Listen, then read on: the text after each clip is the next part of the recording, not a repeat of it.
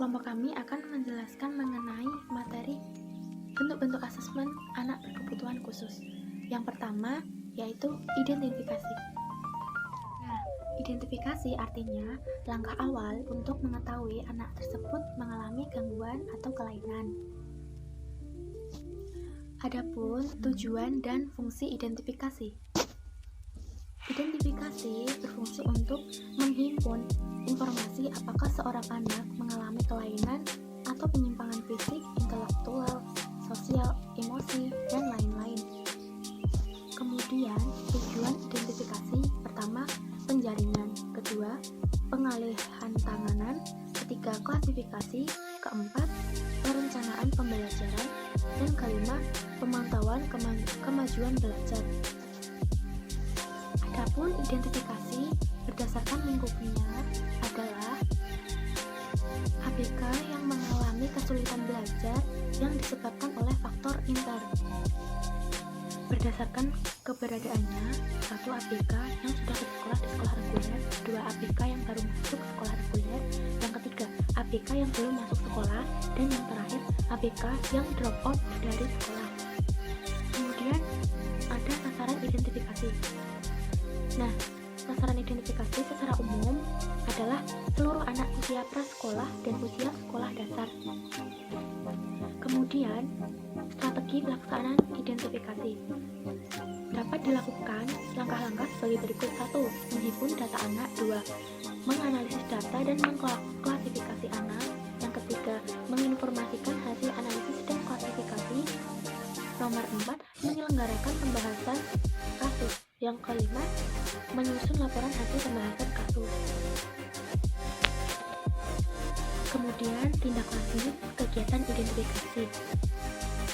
Pada tahap ini dapat dilakukan sebagai berikut. Yang pertama, perencanaan pembelajaran dan pengorganisasian siswa. Yang kedua, pelaksanaan pembelajaran, dan yang ketiga, pemantauan kemajuan belajar dan evaluasi.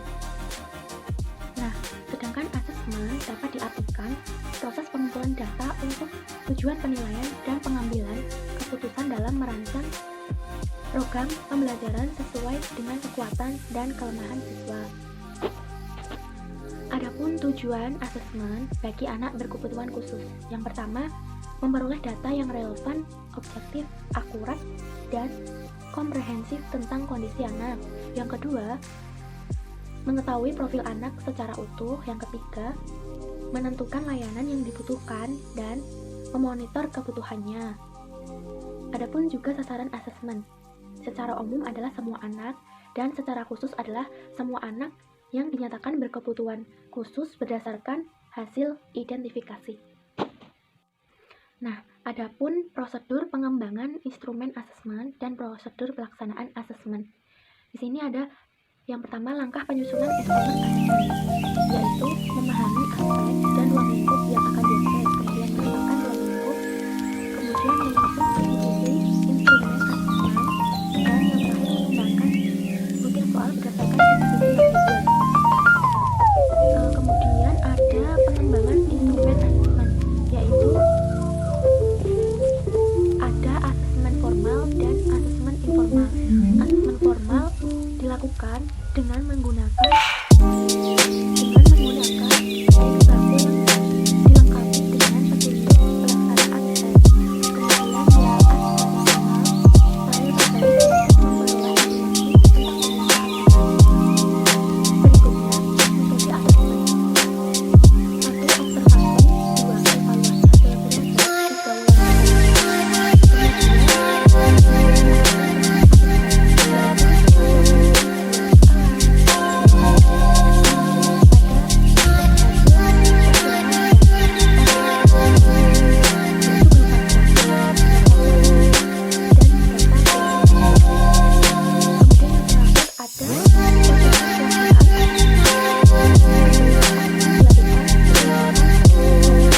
3.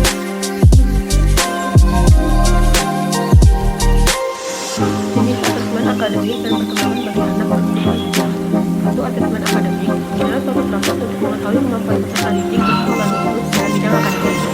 Proses pengumpulan informasi yang berkenaan dengan kemampuan akademik anak: 1. Membaca, 2. Menulis, 3. Menghitung. 2. Asesmen perkembangan adalah proses mengetahui kondisi anak yang terkait dengan kemampuan intelektual, emosi, perilaku, komunikasi yang bermanfaat dalam mempertimbangkan penggunaan metode, strategi maupun pemilihan alat bantu yang tepat, baik dalam penyusunan, perencanaan pembelajaran maupun dalam penyusunan program kebutuhan khusus.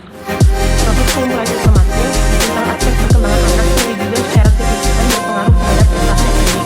1. Asesmen perkembangan kognitif, 2. Asesmen perkembangan psikologi, 3. Asesmen perkembangan bahasa, 4. Asesmen perkembangan motorik. Asesmen kognitif dan asesmen kognitif. Asesmen kognitif adalah proses pengumpulan informasi tentang anak secara menyeluruh yang berkenaan dengan kemampuan kognitifnya. Menentukan lingkup kognitif dasar, mengelompokkan, mengurutkan, menyusun kisi-kisi instrumen asesmen kognitif, mengembangkan butir-butir instrumen asesmen kognitif. Asesmen persepsi adalah proses pengumpulan informasi tentang anak secara menyeluruh yang berkenaan dengan kemampuan persepsinya. Menentukan lingkup kognitif persepsi. Persepsi auditoris, persepsi visual, persepsi haptik. Menyusun kisi-kisi instrumen asesmen persepsi, mengembangkan butir-butir instrumen asesmen persepsi.